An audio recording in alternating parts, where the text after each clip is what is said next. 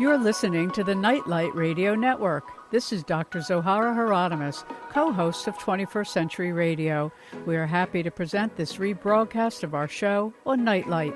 Enjoy. Dr. Jeffrey Mishlove, host of the PBS show called New Thinking Aloud, joins us for a fascinating exploration of the new paradigm and the many changes that have taken place in the 30 to 40 years in consciousness studies, energy healing, and psi phenomena, among other fields of inquiry. From his website, one finds this quote, "We are living at a unique historical moment, a time when the old divisions between matter and spirit are giving way to a new unified vision. It is my pleasure to share with you," he says, "several avenues for understanding and participating in this exciting awakening of consciousness." He is a licensed clinical psychologist, an accomplished radio and television interview, and Mishlove is the author of an encyclopedic volume of consciousness studies entitled The Roots of Consciousness. He is as well the past director of the Association for Humanistic Psychology. He served as the president of the Intuition Network, and he is artistic designer of the copyrighted Rainbow Yin Yang, director of the Intuition Network, and Dean of Transformational Psychology at the University of Philosophical Research, provides online graduate-level degree programs. Thank you for joining us again, Jeffrey. Hi, it's a pleasure to be with you once again after so many years. Yeah, well, I'm so glad to see that your PBS show is on and running, New Thinking Aloud again. You've been at this a really long time. Well, I need to make a minor correction. Please do. New Thinking Aloud is a YouTube channel. Okay. The original Thinking Aloud series was out on the satellite over public television. At one time, we were carried by over 100 stations, but the revised, updated version is only available on YouTube. All right, called New Thinking Aloud, so they can go to www.newthinkingaloud.com, right?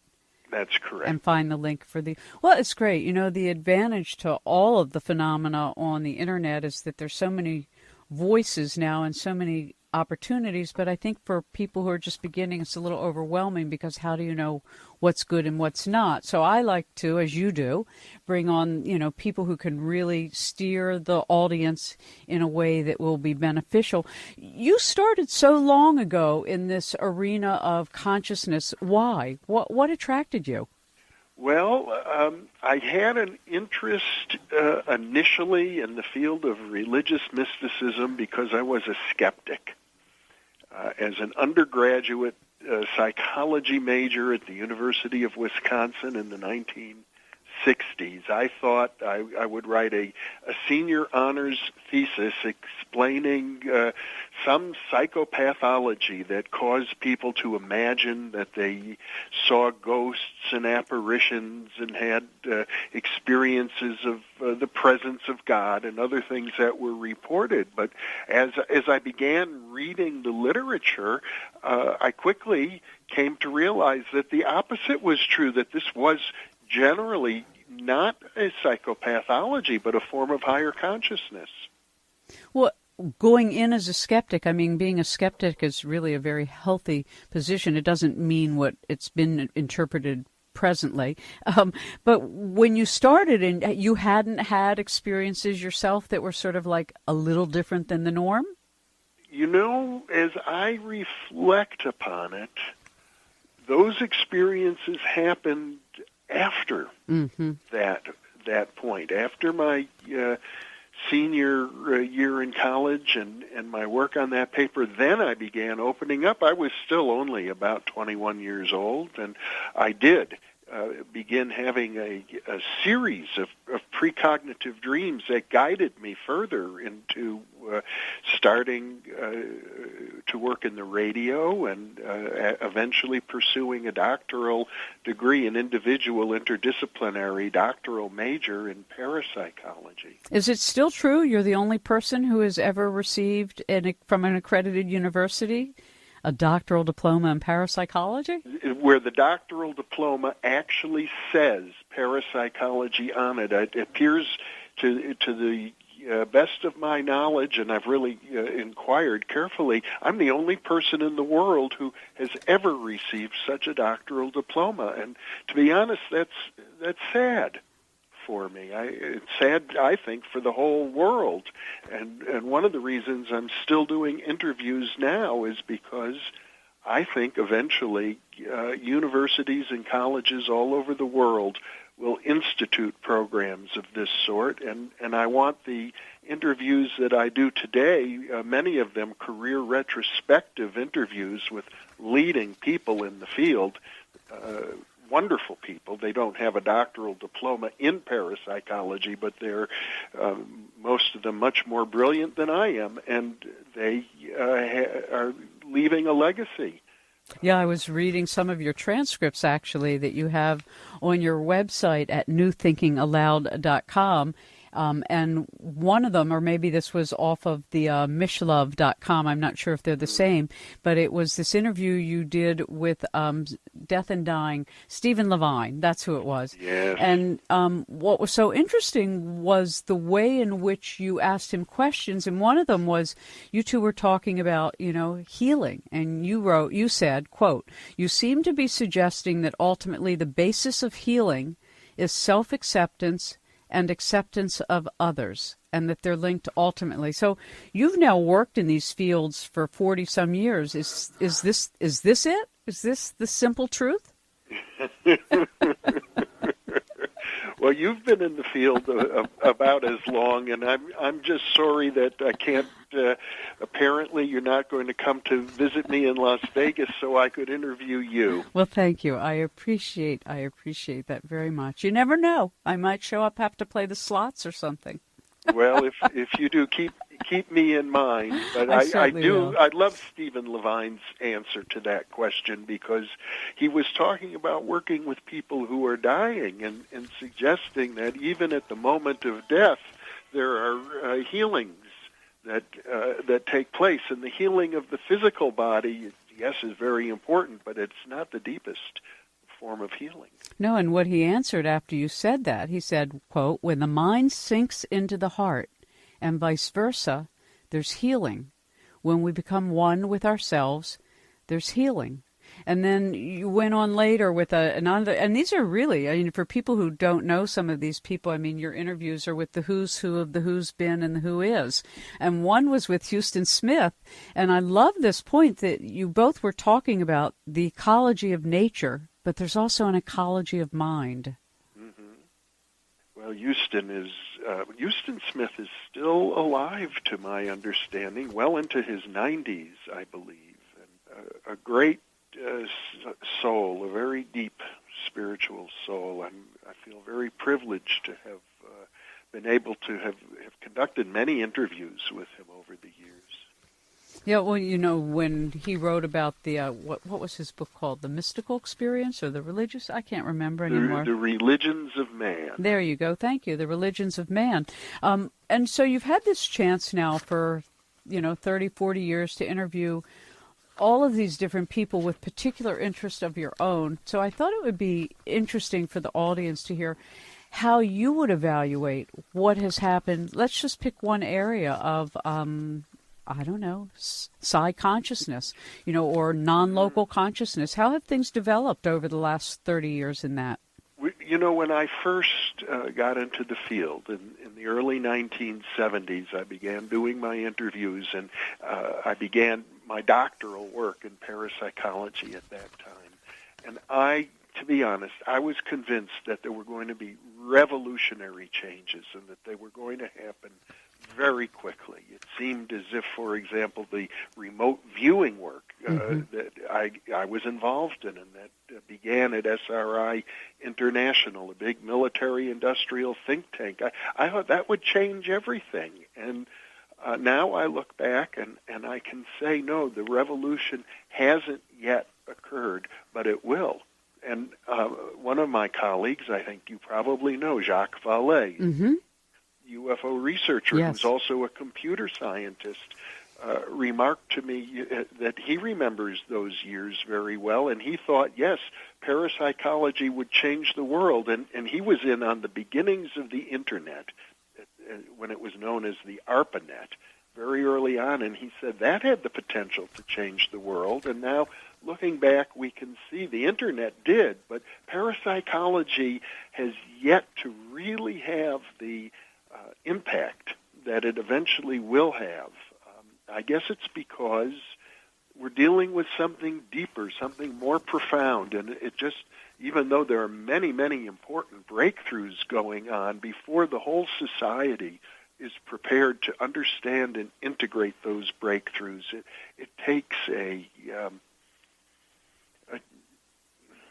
higher consciousness, or one might say an evolution of the soul, for that to happen on a mass level, and that's just a slower process. Yeah, you know, it's in many of the sacred society teachings and indigenous people's cultures, there's an appreciation that all is one, and you talk about that, and pretty much anybody who, you know, is focused on where have we come from and where are we headed, we're headed back to oneness, to the all, to the unity consciousness. And it's so interesting to read for how many millennium people have been working on these themes as an internal path. And yet I joke, we're so decrepit now, it almost seems that just having manners has become a spiritual path. Yes, you'd think that in some ways there's been a big decline in our culture. It's as if as the more and more people are waking up to these spiritual realities, the more and more the darkness also rises up to meet us. Mm-hmm. Well, you know, it's always, you know, we'll save that for another time, but I was going to say that it is an interesting phenomena that people experience, and when we plug astrology into just what the average human everywhere on Earth is experiencing, it's not an easy time. I mean, we see it in the way it's reflected in body politic worldwide, we see it in climate change, we see it in our inner nature of how to find balance internally. And I think one of the larger questions you were asking, and so are many people, is the PK man, so to speak, or the computer person, the person in computer, the abilities we have outside of our person that is mimicked in technology. Yes, that's very interesting. I did a series of interviews with a specialist in robotics and artificial intelligence about whether or not robots will eventually have telepathy and whether they will reincarnate. And we are on the edge of so many enormous technological breakthroughs, and they interact with each other in unpredictable ways. It's quite likely that in 100 years, people looking back at our era will realize that we can barely appreciate the lives that they live, just as people 100 years ago would have a hard time appreciating our lives. Mm-hmm. Well, you know, it's interesting. I was talking with Dr. Thomas Vallone a little earlier from the Integrity Research Institute, and he was commenting how, you know, when science had a choice of understanding the two gradients of energy, one is chemical and the other is energetic. And he said what society chose was the chemical, and we're only now coming to the energetic. Mm-hmm. And I thought that was a really appropriate description of the shift in paradigms. That's a good way to look at it, yes. So when you have looked back over the years and now in the present interviewing, you know, all these wonderful mavericks from all these different fields who have devoted their lives to the progress of society, what are some of the bigger things that you think are important to focus on? Because as I've said, you know, now that I've done the 10,000 things, I just want 10. You know? All right, so just the top 10. What are some of those big top 10s if you look at like the pillars of going further in our human development? Well, if I had to pick one word right now, that word would be eco-psychology. We have to understand our oneness with nature. Mm-hmm. So many of us are still alienated from each other, alienated from ourselves, alienated from the animal world and the plant world, and as a result, the whole planet is suffering. Yeah, that is definitely clear. You know, when you listen to anybody out in the Dakotas, trying to protest the pipeline, and they just had that break, and 80,000 some gallons of oil spill into a creek and into exactly what they're saying, which any human who looks at this thing and you go, what are you, crazy? Are we crazy? Well, I think the answer is yes. Yeah. Yeah. We are. People are stressed out. We live in a world where half of the world is obese and the other half is malnourished. Yeah. That's crazy. No, yeah, the imbalances are just so vivid now. I almost feel like when you talk with psychologists, you can talk about the shadow side of humanity having been revealed. And we see it, in candidates who get elected to office. We see it in discourse that isn't very balanced. We see it in this need to say it's either or, it's one or the other. And it seems to me that that's the biggest shift in collective awareness, is this movement away from either or to this and that, which is our very ancient teachings, of course. To understand that we're one with the whole universe. There's nothing that we are really separate from, and yet we act as if others are not only separate from us, but that it's just fine if we dominate whatever other we perceive out there. Yeah, true. Whether it's the earth or humans or the weather systems or whatever. We'll be right back. Our guest is Dr. Jeffrey Mishlove. Go to www.newthinkingaloud.com. You should watch some of his beautiful YouTube interviews, and you can also go to another website, mishlove.com, which has some of the older programs and transcripts as well, www.newthinkingaloud.com, and we'll be right back. Hi, this is Paul H. Smith, former military remote viewer and current remote viewing instructor. Our website is www.rviewer.com. And you are listening to 21st Century Radio with Dr. Zohara Hieronimus, Metaphysical Queen of the Airwaves. And also a correction of I misspoke. I said that Tom Vallone said there were these two gradients. One was the chemical, and we saw that as the direction science went. And I said the other was energetic. It was not. It's electrical. So it's chemical and electrical. And so, Jeffrey, what Dr. Vallone was saying is that we're just now coming into really exploring the electrical dimension of everything, ourselves, our relationship to the cosmos, the planet. And I thought it was a really interesting way to talk about why it's taken us so long in the last 100 or 200 years to come round again to the elements of light that are not restrained by physical form, such as consciousness. Okay, I see. Well, I'm not familiar with Dr. Vallone, but that is an interesting point of view. Light itself has some really extraordinary properties, and light is a form of electromagnetic energy. A photon can travel from here to the end of the universe, and no time will have passed. Right, so beam us up.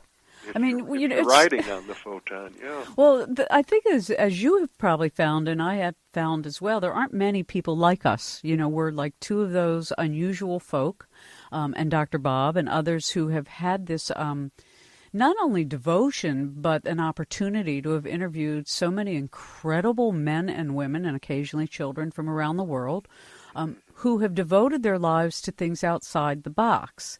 What have you found about this community of people in general? How would you describe them as just a group of human beings? They are, to me, the most wonderful people in the world, open-hearted, loving, extremely intelligent, compassionate, and people who apply their intelligence to the betterment of humanity. I can't think of people I love more. Yeah, the thing that I've noticed over all these decades, one extraordinary discovery I made was sort of happenstance. I discovered that a good percentage, maybe 80% at one point in my work, all live near water. Oh, well, that's interesting. Yeah, here am I living in the middle of the Mojave Desert, although there is a lake nearby. But it was my guess, not me, though I go to the river a lot. I thought it was so interesting that these people who are such mavericks have spent so much of their life near water. And so when you talk about, we are mostly water beings, it just magnified to me how when we are close to water, it expands us as humans, because it sort of, my experience of it when I go to the water is it's almost like disconnecting all of the static electricity. And well, Zohara, I wonder if it's not something astrological for you, because for me personally, I love the mountains. The mountains do that for me. Well, I'm sure the elements of the earth or the water or the air or the fire would certainly show up in our charts. But I didn't know whether you had noticed, some sort of geographic pattern in your guest, or even asked it. The reason I asked it is because, like, when I used to interview a lot of UFO people who worked with abductees, and for years, literally for about 2 decades, I kept asking on and off, well, has anybody done an analysis of the blood type of the abductees? And there hadn't been until very recently. And so it's the same kind of thing. I'm a pattern person, so I like to see the patterns and things. And the thing that I've discovered about all the kinds of mavericks you and I and others have had the pleasure of knowing, and sort of giving them a microphone or a TV tube to be seen, is that all of them have faced extraordinary challenge,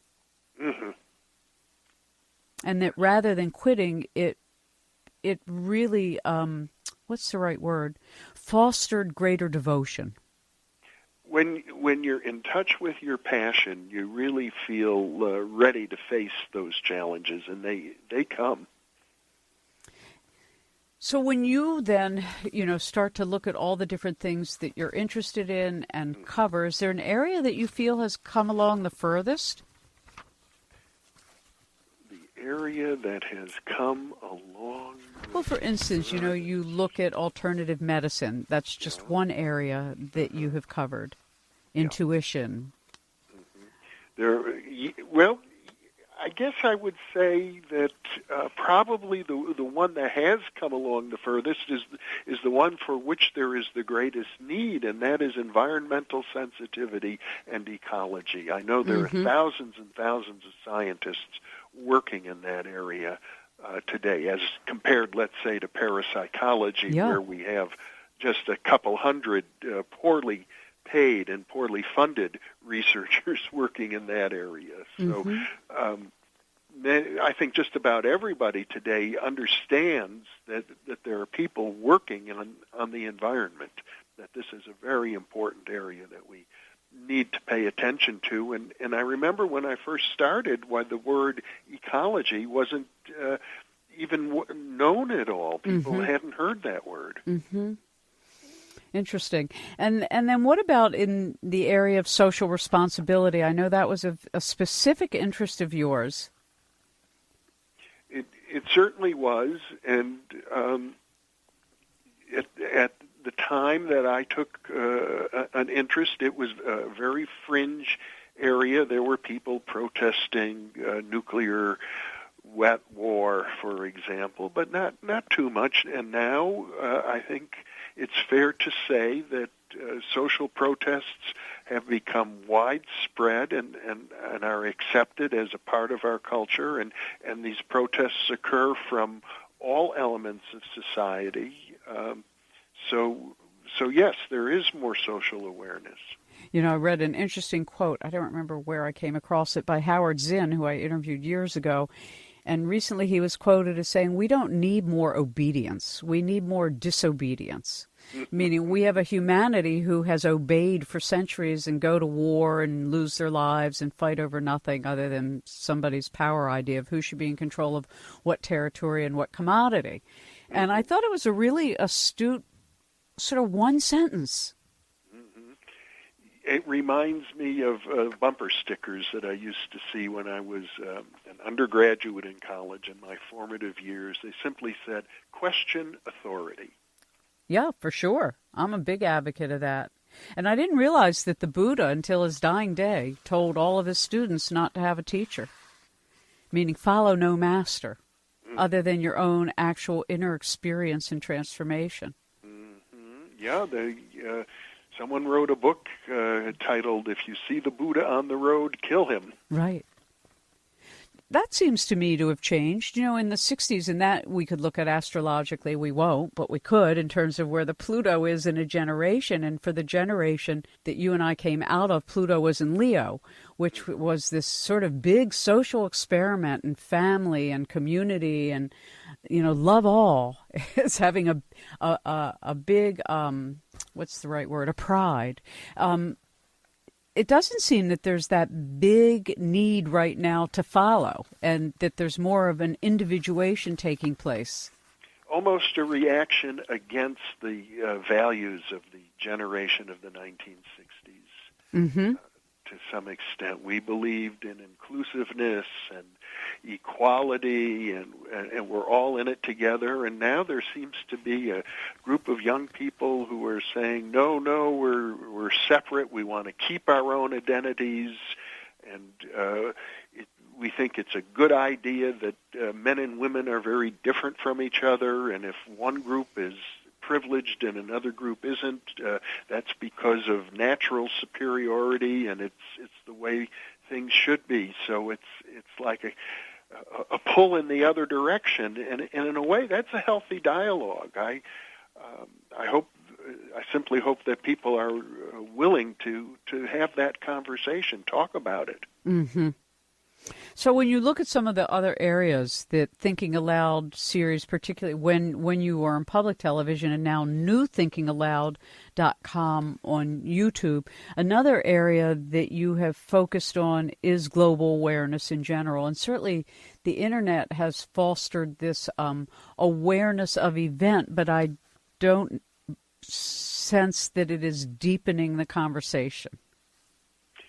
It's so hard to say because the conversation has become so public, and there's so many voices that are now permitted, and there's also on the internet a strong movement. You could think of it, to put it in the most positive light, it's the unconscious becoming conscious. Mm-hmm. And so it's a lot of nastiness, a Yeah. lot of self-loathing and loathing of other people, and the willingness to be rude and insulting. That's what's coming to the foreground now in our culture, and it really is demanding of us as a culture a quality of self-mastery, which is lacking. Well, that's what I wrote my books on. At least one of them specifically looked at actually the ancient Hebrew tradition, the Judaic tradition of self-mastery, through the sanctuary process that the Hebrews went through while they're traveling in the desert, lugging all that stuff around. Mm-hmm. And I believe also that is the big work, is self-refinement and self-mastery or self-cultivation. And when you have a culture that doesn't promote self-refinement and self-control, but celebrates the rudest and most hideous, from that you don't get a healthy society.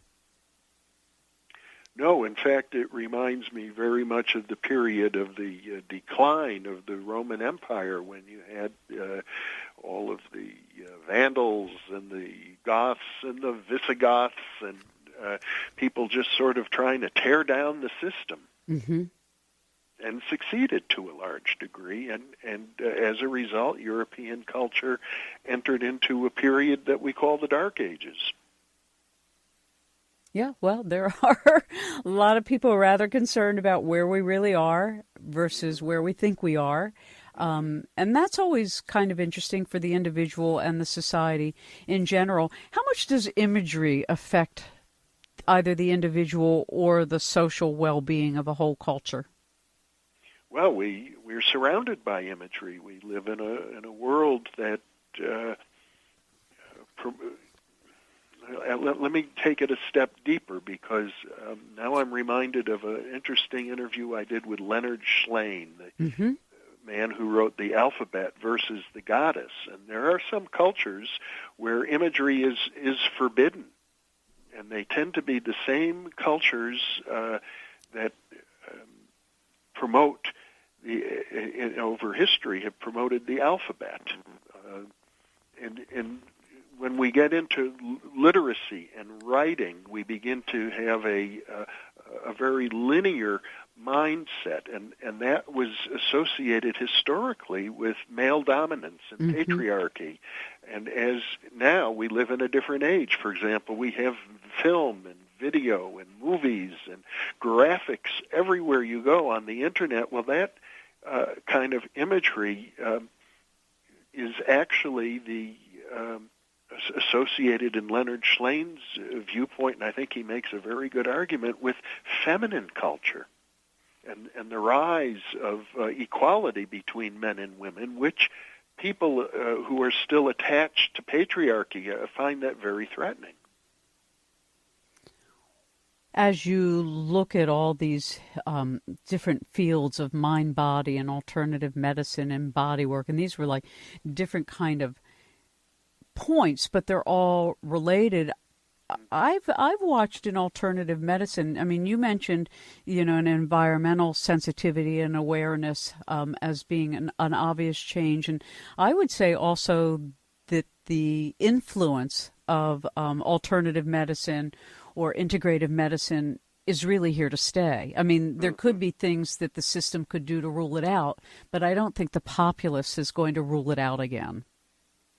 I think you're absolutely right. At the very beginning, back when I was an undergraduate in college, they talked about a few things like the placebo effect, but there wasn't a whole discipline of mind-body medicine. They didn't know, for example, when I was an undergraduate student, that individuals are capable of controlling their own heartbeat, controlling their own brain waves, controlling their galvanic skin response. These were all thought to be outside of consciousness, outside of conscious control. Now we have vast disciplines associated with the integration of the mind and body. So that's been a very profound cultural movement over the last 40 years. Yeah, and to me, the connections are somewhat clear between the environmental awareness, which is the body of the earth. We've become aware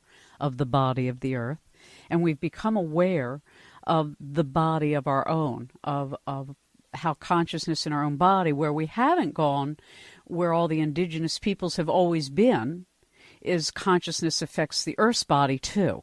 Mm-hmm. And so when I think about the progress that we've made, it's sort of like starting with the most physical and the most dense, and then we're going to move out from there. Not that there aren't already, researchers looking at the other areas, but it's so interesting to see the two things happen concurrently. This awareness of the body's ability to heal through light and color and sound and frequency and thought and prayer and love and all these true things. And then the same thing with the earth. We understand what heals the earth. And it's all the same. I mean, even just speaking I love you to the water at high tide is helpful to the earth. Some people think that's pretty stupid. But when you look at the science of it, you appreciate that it's real because love is a really profound unifier.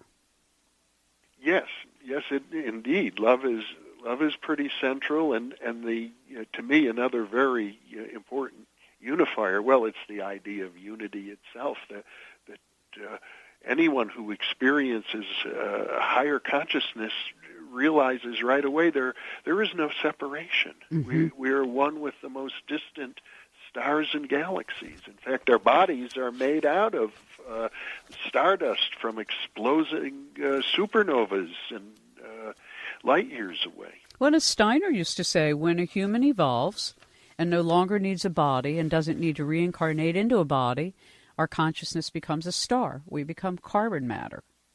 And I it's so interesting to me that when you start on these paths of seeking as a younger person, and then you spend your lifetime on the path, and then towards the ending of your lifetime, in that last quarter century period, you realize exactly what all the masters have said.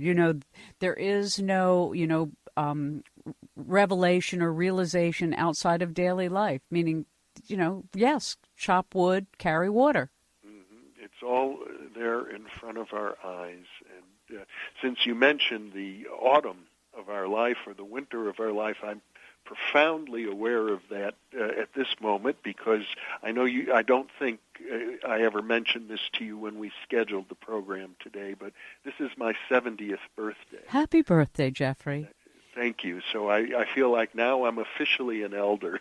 Well, you are. Interestingly enough, and I mentioned this to Tom Vallone, I recently talked to Dr. Ray Moody. We were just having a conversation, and he's also in his early 70s, and he was saying how he now understands what Plato meant. Plato said that when you turn 70, you have a real understanding. And by the way, the Sanhedrin in the Jewish tradition were 70 elders. Nonetheless, that when you turn 70, you really do have a profound understanding of your purpose, because you can see the beginning of cycles and you're moving towards the end of cycles. So you have a much bigger sense of the circle. I did an interesting interview years ago with a medical doctor and healer named Brew Joy. Oh, yes, I remember Brew Joy. He shared with me his insight that there are certain initiations that are reserved for people. Some you won't have until you pass 70. Others are waiting for you when you pass 80. You have to be at least 80 to experience those levels. We're going to take a brief break. We'll be right back. Our guest is Dr. Jeffrey Mishlove. You can learn more and take part in watching his beautiful programs, www.newthinkingaloud.com.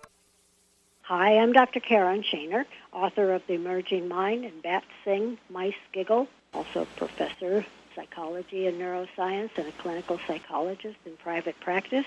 You're listening to 21st Century Radio with Dr. Zohara Hieronimus.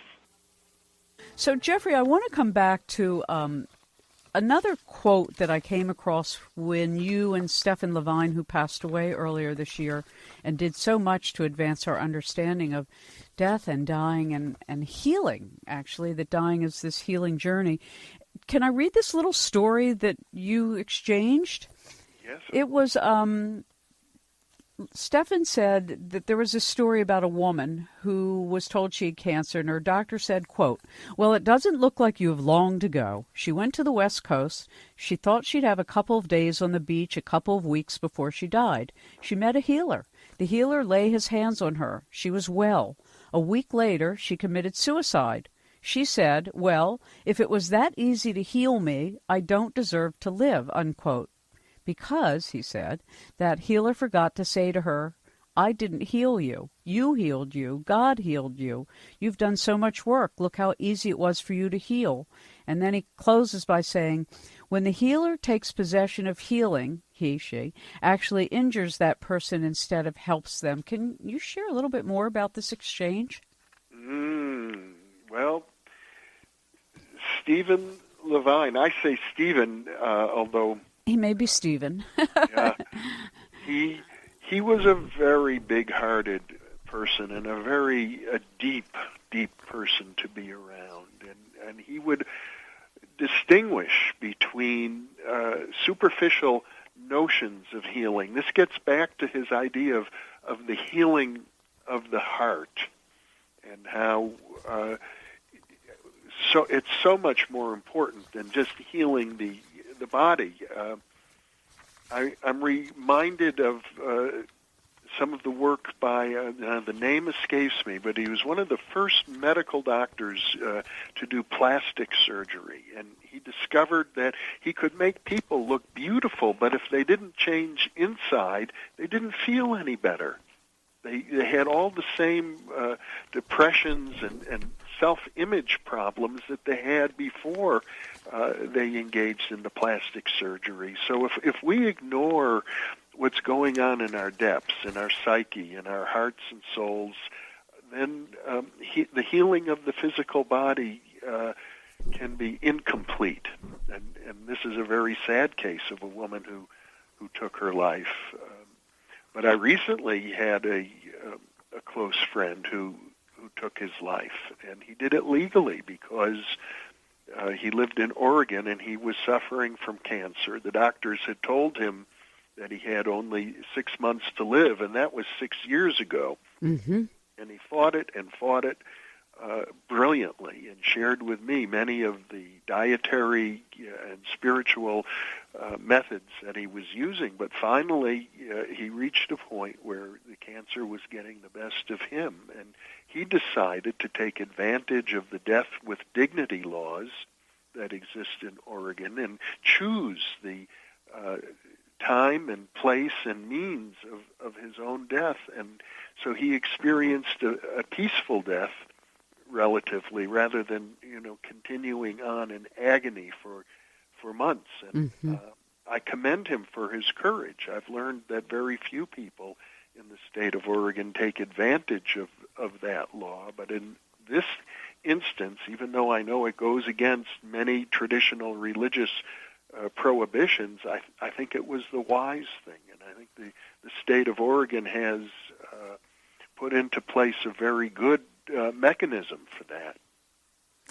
One of the things that in that conversation you two shared, and I know he teaches this a great deal, and I just think it's worth sharing, that in the meditative work, as you pointed out, if you can soften the belly and soften the heart and soften the breathing, this is what you said, that creates a state of surrendering to some kind of essential healing that's there, available for all of us. And I share it because I really think that these very simple truths are so profound when we practice them, and they're not really shared in a way that says to somebody, look, you want just a few tools in your toolkit when you're really feeling out of sorts, or you're really sick, or you're really challenged. Well, do this. Soften your belly, soften your heart, soften your breathing. What are some of the key techniques or tools that you've come across over the decades that perhaps you still use in your own life? Sometimes it takes only the slightest shift in consciousness to open up a whole new dimension of awareness. It's as if we are so close to being enlightened. It's just this veil of mystery that separates us, and the veil can be lifted so easily at times, and of course at other times it seems like it can never happen, and that's probably because we try to give it too much effort rather than softening. So when it comes to the question of when do you apply a lot of effort and when do you just sort of relax and let it happen? I could give you a story from my own life because it does have to do with the question of how I got started Sure. in the media back in 1972. Before I began my life's work in media and in parapsychology, I was a graduate student in criminology at the University of California, and I got a master's degree in criminology. I did field work at San Quentin prison, but I knew inside that something was wrong, that I had to, or that my deepest desire, I should say, was to focus on the positive forms of human deviance, not the negative forms of human deviance. But at the time, at the university where I was, you could study crime, you could study psychopathology, but if you wanted to study mysticism, intuition, creativity, there were no vehicles for that, no programs at all. And I agonized over this for months and months. I gave it a lot of effort. I gave it a lot of struggle. And I think that's important. It's important that I did that. But the day came when I let go. And I just relaxed. And I knew when I did that the answer was going to come to me. And it was going to come to me that very day, and it would come in a dream. I just knew that. And I did, in fact, have a dream that night. And I don't think I need to go into all the details of the dream, but the dream was about visiting some friends, and I got into their apartment, and I saw a magazine sitting on the floor of their living room, and I was paging through it, and I woke up, and I had this feeling of exhilaration, like I have the answer now. But, of course, I didn't know what the answer was. I just knew that I had it. So I actually put on my tennis shoes and ran across town, got to that apartment, knocked on the door. No one was home, but in the dream, I let myself in because I knew where the key was, and actually I did know where they kept the key, and let myself in, and there I found a magazine sitting in the middle of the floor, just as I had dreamt, and as I began paging through that magazine, it was the magazine for listener-sponsored radio and television in the San Francisco area where I lived, and I didn't own a radio or TV in those days. I didn't believe in it. I was such a long-haired hippie at that point. I thought the only authentic human communication was face-to-face and not electronic. But I changed my mind, and I went and volunteered at the local Pacifica radio station in Berkeley, and within 3 weeks I had my own radio show twice a week with 10,000 people listening in, and my life had been dramatically transformed. So the lesson in all of this, I think, is, yes, struggle and struggle. It's important to, and even be tense about it, to be really intent and focused. But then the day comes when you let go and just let everything happen that you've been seeking. And when you're focused on becoming the best person that you can be, the universe will reach out to you. There will be invisible powers that will help you all the way. That's a beautiful way to put it. It reminds me, Stephen Schwartz will say that, that if you really just choose life-affirming, life-elevating choices every time you're given a choice, whether it's, going somewhere or buying something, that it ends up for the better. It's really beautiful advice. And that's what I mean. It's like, after you've done after I've done the 10,000 things, now I just want the 10. So that sounds like a good book title, doesn't it? Yeah. Follow up with newthinkingaloud.com and Mishlove, MISHLOVE.com. And that's the show. 21st Century Radio is produced by Hieronimus and Company. Our executive producer and research assistant is Laura Kortner. Our engineer is Anita Brockington, and I'm Dr. Zohara Hieronimus.